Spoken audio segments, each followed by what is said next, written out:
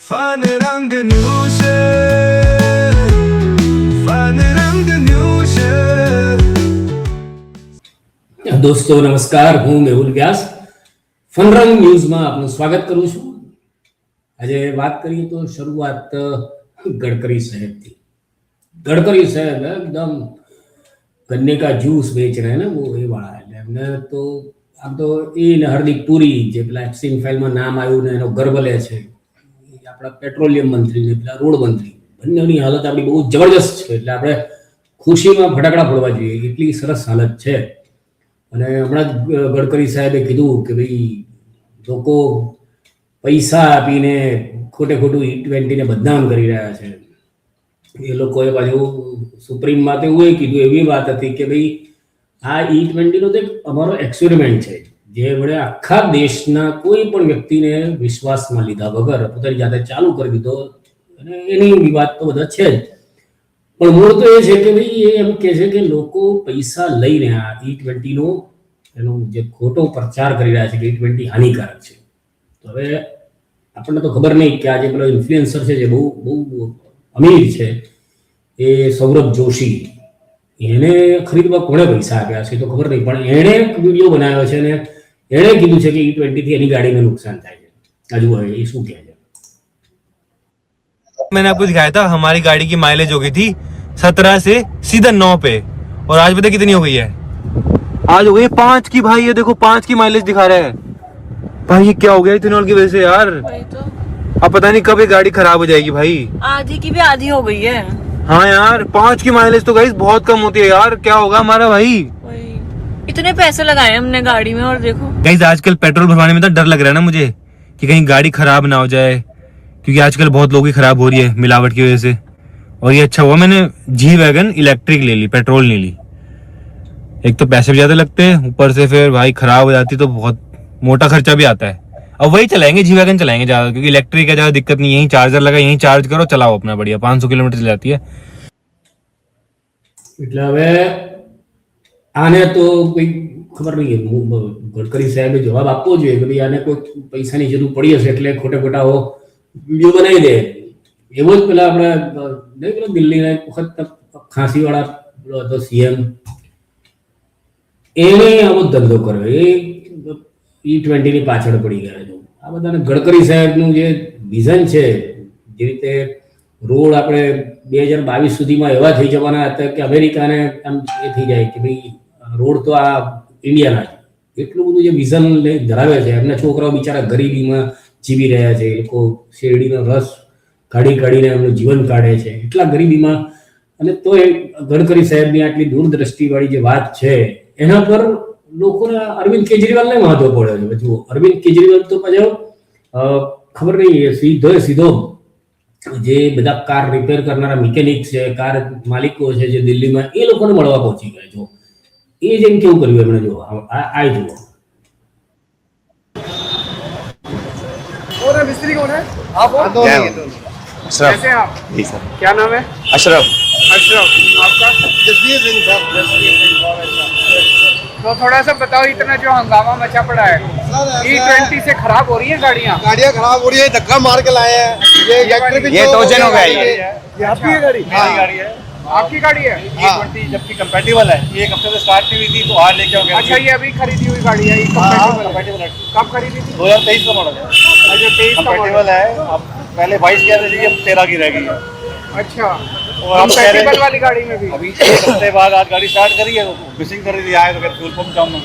Fuel pump खराब हो गया, फ्यूल पंप खराब है, इंजेक्टर चौक है। तो गाड़ी का क्या मॉडल क्या है, कौन सी कंपनी की है? 2022-23 मॉडल है। होंडा सिटी है। एक ये गाड़ी है, इसमें कस्टमर बार बार आता है, बार बार आता है, महीने में 4 बार कस्टमर आके हमसे प्रॉब्लम ठीक नहीं कर पा रहे, कस्टमर कहाँ से ठीक करें? उल्टा हमें बोल ये सर ये कार्बन देखो, ये कार्बन उसी का कार्बन है सर। ठीक कहाँ से? ये देखो अभी नया डाला हमने, महीना नहीं, हर गाड़ी में शिकायत है, ये गाड़ी नहीं पहली बार खोल रहे हैं। एक्टिवा 49 अच्छा जी है। अच्छा 749 है। अच्छा, तो कब से प्रॉब्लम आ रही है? सर जब से चल रहा तब से प्रॉब्लम हमारे ना एवरेज होता है ना कुछ होता, गाड़ी में लोड ही नहीं रहती गाड़ी। अच्छा, कितनी एवरेज आ रही है अब? मेरी तो 22 की एवरेज आ रही है। E20 का सर E20 का एक्सपीरियंस ये एकदम पहले जो मेरे 12-13 दिन चल जाती थी एक टंकी में, हाँ और अभी मुश्किल से 7 दिन ही चलती है। ये E20 હવે આ તો ખાસો લાંબો 7-8 મિનિટનો વિડીયો એમણે અને તમને આખો જોવામાં રસ હોય કે ધારો કે તમને એવું હોય કે આ E20 નું આ કેજરીવાલ કે છે વાત સાચી હોય તો જોઈ લેજો એમને યુટ્યુબ પર ને એમના ટ્વિટર પર છે આખો વિડીયો. પણ આ જો તમે મોદીયાઓ હો તો પછી આમાં આગળ કોઈ વાત કરવા જેવી જ છે નહીં, પણ તમારે એ સવાલ ઉઠાવવો જોઈએ. કારણ કે આપણે જે ગન્નાલાલ ગડકરી જે છે એ ગન્નાલાલ ગડકરી જે કહી રહ્યા છે કે અમારી સામે આ પ્રોપેગેન્ડા ચાલે છે અમને બદનામ કરવાનો ભારત સરકારને, તો ભાઈ સત્તા તમારી પાસે છે, તપાસ કરાવો કે કોણ પૈસા આપે છે આ લોકોને તમને બદનામ કરવાના. કારણ કે આ તો ગન્નાલાલ તમારે એટલું સમજવું જોઈએ કે ભાઈ આ તો મોદી સરકારની બદનામી થઈ રહી છે. મોદી સરકાર તો જો કેટલું સરસ મજાનું આપણું 2047નું વિઝન છે કે આ દેશના અંદર જે 80 કરોડ લોકો 5 કિલો રાશન ખાય છે કદાચ એ પૂરાઈ થઈ જાય કઈ બી થઈ શકે છે. એટલે ગડકરી ખરેખર એણે જે છાતી ઠોકીને જે રીતે પત્રકારોની સામે બોલ્યા હતા કે ભાઈ આ તો અમને હવે બદનામ કરને કા એ પૂરા ષડયંત્ર है, તો ભાઈ સરકાર તમારી છે, પોલીસ તમારી છે, ઈડી સીબીઆઈ બધું તમારું છે, તપાસ કરાવો, મારો દંડા ચલાવો ને. તો આમે તમે કરો જ છો. ઘણા બધા વિડીયોઝ આવે છે એવા બધા કે જેની અંદર લોકોને માર પડી રહ્યો છે. અને તમે આમ તો આ મોદી સરકારની અંદર કોઈ સાંભળવાનું તો કોઈ એવું તંત્ર તો છે નહીં.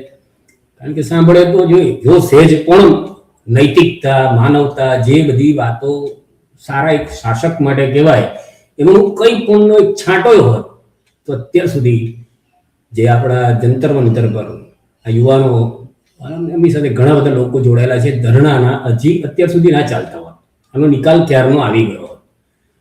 અને હું તો ઘણી વાર કહું છું ઘણા લોકોને વાતમાં કે ભાઈ અંગ્રેજો જ્યારે સત્તામાં હતા દેશ પર ત્યારે મહાત્મા ગાંધી જો ઉપવાસ પર ઉતરે ને તો 2-3 દિવસમાં તો આખી સિસ્ટમ અંગ્રેજોની હલી જતી હતી. પણ હવે આપણા દેશમાં ખબર નહીં કયા ડીપ સ્ટેટમાંથી કે કયા લોકોનું રાજ છે કે આજે 15 દિવસ થઈ જાય છતાંય સોનમ વાંગચુકના ભૂખ હડતાલના અને છતાંય કોઈ તંત્રમાંથી કોઈ એમની સાથે વાત કરવા પણ તૈયાર નથી. જો આજે એટલે ગઈકાલે રવિવારે એમની સવારે કેવી હાલત હતી, આ સોનમ વાંગચુકની ભૂખ હડતાલના પગલે હાલત છે.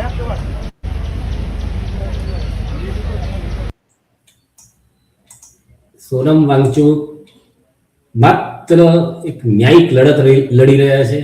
એમના સમર્થનમાં ઘણા બધા યુવાનો અત્યારે ત્યાં એકઠા થયા છે, પણ ખાલી સિસ્ટમમાંથી કોઈ નહીં. એટલે સંઘમાં તો RSS વાળાને એ ચડ્ડીઓમાં કાણાવાળા ચડ્ડીઓ પહેરે છે એટલે એ લોકોને તો આ બધું ના દેખાય, પણ કોઈ બીજામાં પણ એવી માનવતા નથી કે આ મુદ્દે કોઈ ચર્ચા કરે. અને જે ધર્મેન્દ્ર પ્રધાન આપણા શિક્ષણ મંત્રી જેમનો બહુ ભવ્ય ભૂતકાળ છે એ આના પર પેલા બોલ્યા કીડી મકોડા એવું તેવું થોડુંક બોલ્યા, પછી તો આ મામલે એમના મોઢાની અંદર છે ને મોદીયા મગ ભરાઈ ગયા છે કે એ મગ એવા સજ્જડ હોય કે તમારે કશું જ બોલવાનું નહીં.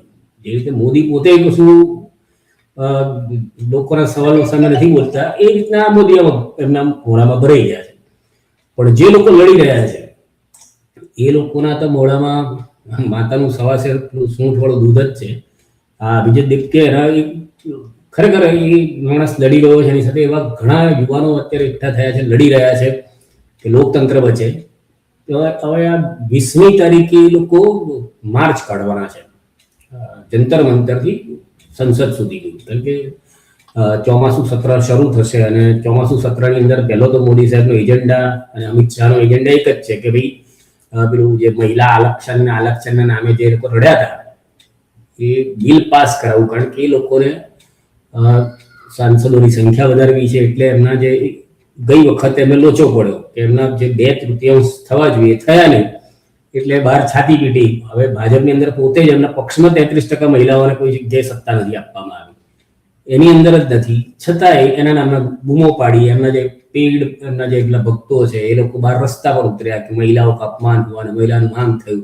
હવે એમને જ ખબર નથી કે મહિલાઓનું શું થવાનું છે. ધારો કે 815 થી વધારે સાંસદોની સંખ્યા થશે તો એ થવાના કારણે સંસદની અંદર એક સાંસદ પાછળ આપણા ભારત દેશનો જે સ્ટાફ આપે આ બધું આપી જે ખર્ચો થાય છે અત્યારે આપણે 545 કેવા જે સાંસદો છે એની પાછળ આપણા જે કોઈ એટલે જે પેલા માયાભાઈ આહિર કે છે નહીં, દરેક જણ ટેક્સ ચૂકવે છે. દેશમાં રહેનારો નાનામાં નાનો વ્યક્તિ પણ જે એક કોઈ નાનું એટલે અત્યાર સુધી સારું હતું કે કફનમાંય ટેક્સ હતો, જીએસટી ને બધું તમે ચૂકવો જ છો. એનાથી જે અબજો રૂપિયા ભેગા થાય છે એમાંથી આ સાંસદોનું પાલન કરવાનું. હવે અત્યારે 545 ના કરીએ છીએ, એની જગ્યાએ 815 કે 850 જેવા સાંસદો થશે. એમાંથી 30% મહિલાઓ સાંસદ બનશે એવી વાત છે. અને 30% મહિલાઓ કે 33% મહિલાઓ અત્યારે ભારતની અંદર ભાજપની જેટલી પણ મહિલા નેતાઓ છે કોઈ પણ જગ્યાની, એ એમના ઘરમાં એનું રસોડું એમના મરજીથી નથી ચાલતું, એનો વર્ક બધું જ કરતા હોય છે. એટલે સરપંચ પતિ, કોર્પોરેટર પતિ, એવું તે સાંસદ પતિ, આ બધું ચાલતું રહેવાનું છે. પણ એના માટે થઈને આ ચોમાસું સત્ર શરૂ થશે 20મી તારીખે. કારણ કે અમે સાંસદો તો અમુક ટીએમસી માંથી તોડ્યા છે અને પેલો સમોસાની એની ચિંતા કરતા હતા ચડ્ડો, એ ચડ્ડાનો ઢડ્ડો એમણે તોડી નાખ્યો છે. એટલે એ બધા ભેગા થઈને હવે આ કાયદો પાસ કરવા માટે થઈને પ્રયત્નશીલ થવાના છે. એ વખતે આ બધા જે ટોળકી છે એમની સામે અભિજીત દીપકે અને આ જંતર મંતર પર જે બધા ધરણા પર બેઠેલા અને વિરોધ કરી રહેલા વિદ્યાર્થીઓ માર્ચ કાઢવાના છે ત્યાં સુધીની, જંતર મંતરથી સંસદ ભવન સુધીની. હવે એ નીકળશે કે નહીં એ વખતે અમિત શાહના મૂડમાં શું આવ્યું, નીચે એમ કહી દે, કંઈ પણ કરી શકે એવો માણસ છે અત્યારે. કેમ કે એટલી બધી સત્તા છે એમની પાસે, ખાલી એ લોકોની પાસે એટલી સત્તા નથી અમિત શાહ પાસે કે આ લોકોને મરાઈ નાખે. ખબર નહીં, બાકી એ કેજરીવાલ જેલમાં રાખ્યા હતા. E20 માટે ગન્નાલાલ કેવું જોઈએ, અમિતભાઈ મોટા ભાઈ આ જો આપણું બદનામી કરે છે પૈસા લઈને, આપણે આટલા બધા પૈસા ખાઈએ છીએ, મંદિરમાંથી દાન ચોરી જાય છે ને આ લોકો સાલા આપણા. તો ઠીક છે. એટલે અભિજીત દીપકે જે કીધું છે ને એને મેસેજ રવિવારે પેરેન્ટ્સ માટે મોકલ્યો છે, એ તમે સંભળાવો. आज मैं आपसे कुछ इम्पोर्टेंट बात करना चाहता हूँ. 20 जुलाई को हम जंतर मंतर से पार्लियामेंट की तरफ मार्च करेंगे. किस चीज़ के लिए? आपके बच्चे के फ्यूचर के लिए. मैं चाहता हूँ जितने भी अंकल आंटीज है ये वीडियो देखें और हमारे पीसफुल मार्च में शामिल होइए. क्यों? क्योंकि मुझे नीट की एग्ज़ाम नहीं देनी है, सोनम सर को नीट या जेई की एग्ज़ाम नहीं देनी है, वो आपके बच्चों को देनी है. आप अपनी लाइफ की पूरी सेविंग्स लगा देते हो आप अपने बच्चों को डॉक्टर या इंजीनियर बनाने में. कुछ लोग तो लोन भी ले लेते हैं और आपके बच्चे भी कितने साल तक हार्ड वर्क करते हैं. लेकिन आपके इतने सारे सेक्रीफाइसेस के बाद, आपकी बच्चों की इतनी सारी मेहनत के बाद क्या होता है? पेपर लीक हो जाता है. सरकार पेपर लीक रोक नहीं पाती है. आपके सारे सेक्रीफाइसेस, आपके बच्चों का सारा हार्डवर्क पानी में मिल जाता है सरकार के फेलियर की वजह से. तो यही बदलने के लिए हम 20 जुलाई को सुबह 9 बजे पार्लियामेंट को मार्च करेंगे जंतर मंतर से. तो सभी अंकल और आंटी से मेरी रिक्वेस्ट है, प्लीज़ इस मार्च में आप लोग शामिल होइए. ये हमारे लिए नहीं है, ये आपके बच्चों के फ्यूचर के लिए है और आपके बच्चों के फ्यूचर के लिए तो आपको आगे आना पड़ेगा. So I request you all to join our peaceful march on 20 July 9 AM at Jantar Mantar. Thank you. એટલે આ 20 જુલાઈએ તો કંઈક થશે, નવા જૂની થાય એવું લાગે છે. કારણ કે આ અભિજીત કે અમુક જે ગોદી મીડિયા સિવાયના જે મીડિયા છે એ લોકો ક્યાંક કરતા હોય છે અને ઘણા પત્રકારોની સાથે એ લોકો વાત કરે છે. એમાં એ લોકોની માંગ બહુ સિમ્પલ છે. જો આ અભિજીતનું એણે આ રવિવારે આ કીધું છે, જુઓ. उनकी हालत 15 दिन से वो इंसान भूखा है. इतना बड़ा साइंटिस्ट, इतना बड़ा एजुकेशनिस्ट, क्या इस सरकार में जरा सा भी दिल नहीं है, जरा सी भी आत्मा नहीं है कि एक बार आकर बात तो कर ले सोनम वांगचुक से, एक बार बात तो कर ले स्टूडेंट से. इसी देश के नागरिक है ना हम, हमारी वोट से इनकी सरकार बनी है ना, और ये हमारी नहीं सुन रहे. क्या लगा रखा है यार, मतलब ऐसी तानाशाही. अंग्रेज भी इतने क्रूर नहीं थे. जब महात्मा गांधी अनशन पर बैठे हुए थे तब अंग्रेज भी बात करने आते थे, लेकिन ये सरकार बात तक करने को नहीं आ रही है. એટલે આ ભાઈ અંગ્રેજોને સારા કેવડાવ્યા. અત્યાર સુધી એવું હતું કે ભાઈ નેહરુનો બધો વાંક હતો ને ખરેખર નેહરુનો જ વાંક છે. આ પરિસ્થિતિ સર્જાઈ એના માટે હું તો માનું છું કે નેહરુનો જ વાંક છે. કારણ કે નેહરુ અને આંબેડકરે આ બધા એ વખતના જે લોકો હતા એ લોકોએ સંવિધાનના બધું બનાવવા નિયમ કરવા જેવો હતો કે ભાઈ જે ગુંડાઓ હોય, અસામાજિક તત્વો હોય, જે જેલમાં હોય, એવા લોકો જે બીજાને ધમકાવીને જીવતા હોય, બીજાનું પડાવી લેતા હોય, એવા લોકો જેમની પર કેસ થાય એવા લોકો ચૂંટણી જ ના લડી શકે એવું એ કોઈ બનાવી દીધું હતી વખતે. તો ચા વેચનારો જે છે એ તો પ્રધાનમંત્રી ના થયો. અત્યારે આજે 850માં પણ મોટા ભાગના બેઠકો વચ્ચે યુપીની, અને યુપીમાં જે ગુંડારાજ છે, બિહારમાં જે ગુંડારાજ છે, ત્યાંથી સાંસદો વધારે આવશે. એ સાંસદો પોતે સમૃદ્ધ થશે, એમના નાત જાત અને બધાના સમીકરણોથી, ને પછી એમની પાસે જ્ઞાનેશ કુમાર છે, હવે તો કોઈ જગ્યાએ એમને ઈચ્છા થશે કે ભાઈ અમારે સત્તા જોઈએ છે, તો ગમે તે રીતે સત્તામાં રહેશે અને પબ્લિકને લૂંટશે. કોઈને ક્યાં ફેર પડે છે? કારણ કે વાંક બધો હું તો નહેરુનો જ માનું છું કે નહેરુએ જ, મોદી સાહેબ તો કેટલી બધી વાર બોલ્યા છે નહેરુ નહેરુ નહેરુ નહેરુ નહેરુ નહેરુ. તો આજે હું એમના સમર્થનમાં છું, કારણ કે નહેરુએ વડનગરમાં સ્ટેશન જ ના બાંધવા દીધું જ ને રેલવેનું, તો આ ચા વેચનારા તઈ પેદા જ ના થયા હોત, તે હું બસ ઉપર તો કશું પછી હું કેરિયર ના હોત. પણ આવા જે ગુંડાઓને લઈને કે અમિત શાહ જેવા લોકો, જે વખતના અહીંથી ઘડી પાર થયેલા લોકો, એ અત્યારે સત્તામાં જ ના હોત. એટલે આ બધાનો વાંક તો ખરેખર નહેરુનો ગણવો જ પડે. પણ આ આખી બુમરેંગ જેવી ઘટના છે. પણ એમાં અમુક પાછા કેવું મિનિસ્ટરો પણ હવે બધા રીલ બાજ ને પ્રચારમાં રહેવામાં મજા આવે. પણ આપણે કંઈક એટલે અચાનક આ કર્ણાટકના ટ્રાન્સપોર્ટ મિનિસ્ટર જે છે બાયરાઠી સુરેશ, એમને આમ ઈચ્છા થઈ કે ચલો બેંગ્લોરમાં જે સિટી બસ ચાલે છે એમાં આપણે સરપ્રાઇઝ ચેકિંગ કરીએ, ઇન્સ્પેક્શન કરીએ. એટલે એ મોઢા પર માસ્ક લગાડીને બસમાં ફરવા નીકળી જાય. બધી અલગ અલગ બસોમાં ફર્યા 2 કલાક સુધી. 2 કલાક ઇનફ છે, આખા તંત્રનું ખબર પડે, કારણ કે બધો સ્ટાફ એટલો છે નહીં કે બધું સાચું કહેતા હોય. પબ્લિક માટે એવો કોઈ રસ્તો રાખ્યો નથી કે પબ્લિક તમને ડાયરેક્ટ મેસેજ કરીને કે કોઈ મેલ કરીને તમને કરી શકે. એ બધું સિસ્ટમ ના ગોઠવે. એટલે જાતે આ સુરેશભાઈ જે છે બધી બસોમાં ફર્યા, બધે 100 રૂપિયા આપીને ચેક કર્યું કે ભાઈ કંડક્ટર પૈસા ટિકિટ આપે છે કે નહીં. તો મોટા ભાગના તો કંઈક ને કંઈક છૂટા કરીને બચારા છૂટા થઈ ગયા. હવે એક કંડક્ટર એક બસમાં એવો નીકળી ગયો કે એને એવું કીધું કે છૂટા નથી 100 રૂપિયા. તો એ ભાઈ સુરેશ કૂતરો, એને તો ખબર નથી કે ટ્રાન્સપોર્ટ મિનિસ્ટર છે અને આવા તો દાડામાં 500 આવતા હોય. એટલે એને તો કઈ ચાલ ભાઈ નીકળે. એની આજુબાજુ ડ્રાઈવર એવો બોલ્યો કે જે ત્યાં ડેપો ઉપર એટલે કોઈ સ્ટોપેજ પર બધા ઉભા હતા, તે ત્યાં બસ એને રોકી નહીં. તમારા માટે થોડી જાતો ભાઈ ફરવા માટે નહીં, સુરેશભાઈ આયા હશે કે ખબર નહીં, એના મનમાં જે ચાલતું હોય. તો એક સિસ્ટમ તૈયાર નથી કરી કે આ થાય જ નહીં.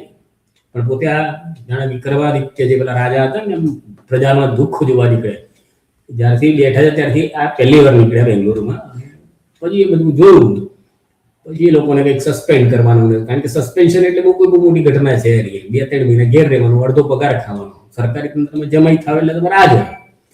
પછી પાછા હતા એવા એવા. તો જુઓ એમણે કેવી રીતે બધા કંડક્ટરોની જોડે એક વિડીયો છે, બધા બહુ વિડીયો છે, પણ આ તો મેં એક બતાવી દઉં છું.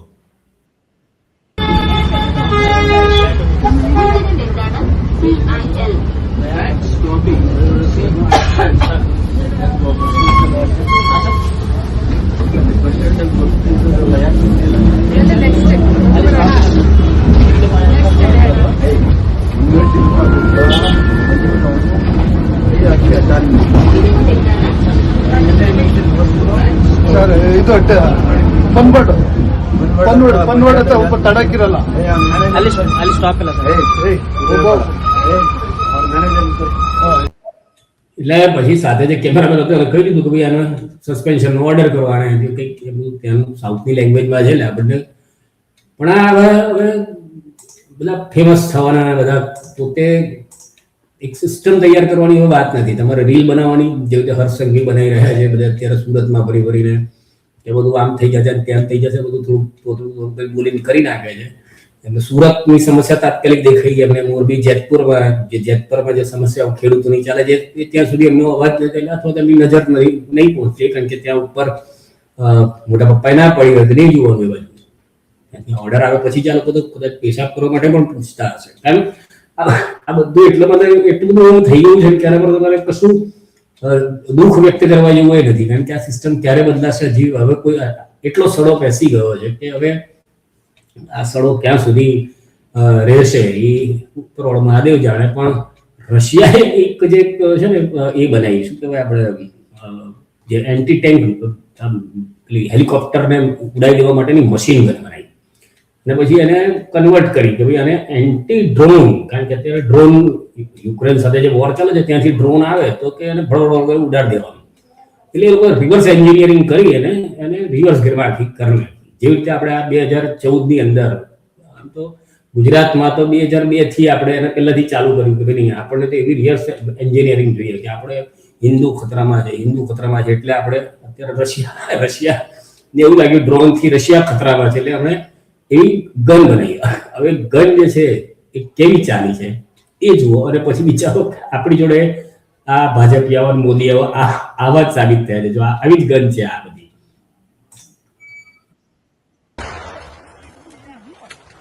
પહેલેથી થોડું અહીંથી જુઓ, જો આ ગન શરૂ થાય છે, નાનો જ વિડીયો છે પણ જુઓ.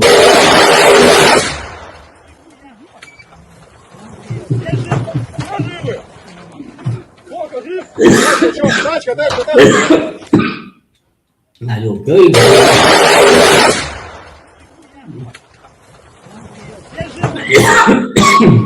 આપણે આવી જ ગન વસાઈ છે, કારણ કે ભાઈ બધે ચોરીઓ થઈ રહી છે, બધા બેભાન લૂંટફાટ થઈ રહી છે, બધું થઈ રહ્યું છે, બધે એ આપણને જ ગોતે છે મારવા માટે. એ સામેવાળાને પછી પાડશે. પેલી બાજુ અરુણાચલમાં લગભગ 60 કિલોમીટરથી ચીનિયા ઘૂસી આવ્યા. મોદી સાહેબ કે જે કોઈ ગયું નથી, કોઈ આવ્યું નથી. ઓપરેશન સિંદૂરમાં 6 શહીદ થયા જવાનો. પેલા સંસદમાં રાજનાથસિંહ કહે છે કે ભાઈ એક જવાનનું લોહીનું ટીપું નથી પડ્યું. આ જુઠ્ઠાઓ ગન્નાલાલ ને ધન્નાલાલ બધા મોજ કરે છે. તમે પણ મોજ કરો, તમારા પણ જે વિચાર હોય એ કોમેન્ટ કરીને જણાવજો. આ વિડીયો ગમ્યો હોય તો લાઈક કરજો, અને ચેનલ ફનરંગ નામ છે, હસતા હસતા વાત કરવી છે. તો જો તમને પણ હસતા હસતા વાત સાંભળવી ગમતી હોય તો ચેનલને સબસ્ક્રાઇબ કરી રાખજો. વિડીયો તમને લાગે કે બીજા સુધી શેર કરવો છે, બીજાને હસાવવા છે, તો એના સુધી મોકલજો. બસ અત્યારે આટલું જ. ભારત માતા કી જય.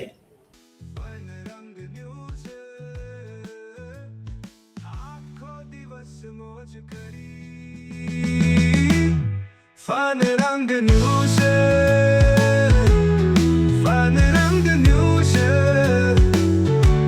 સમાચાર